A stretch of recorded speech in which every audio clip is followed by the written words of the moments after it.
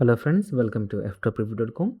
In this video we are learning how to identify how much you earn from multiple videos. Okay, there is no direct way in YouTube to check that, like select multiple videos and check revenue, but you can actually do with your playlist. Okay, you can see here we are now in playlist section, and we can open the playlist, and or you can simply select some videos and add it to one playlist, then go to analytics, then check the revenue. That is the best way we can now do in 2026. You can see here my playlist is here, and also I can check how much I earned from the playlist.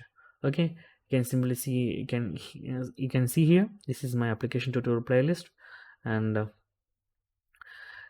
just checking for that how much I earn from this section. So you must go to the content area, channel content, then select playlist, then you can see the playlist after you creating, and go to analytics of that playlist. You can see here, then just wait for it, and you can see the revenue section is here.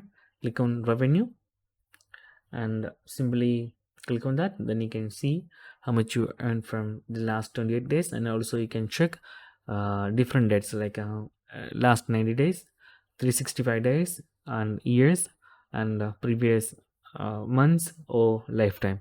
So this is very useful. Use this trick to check how much you earn from uh, some of your videos.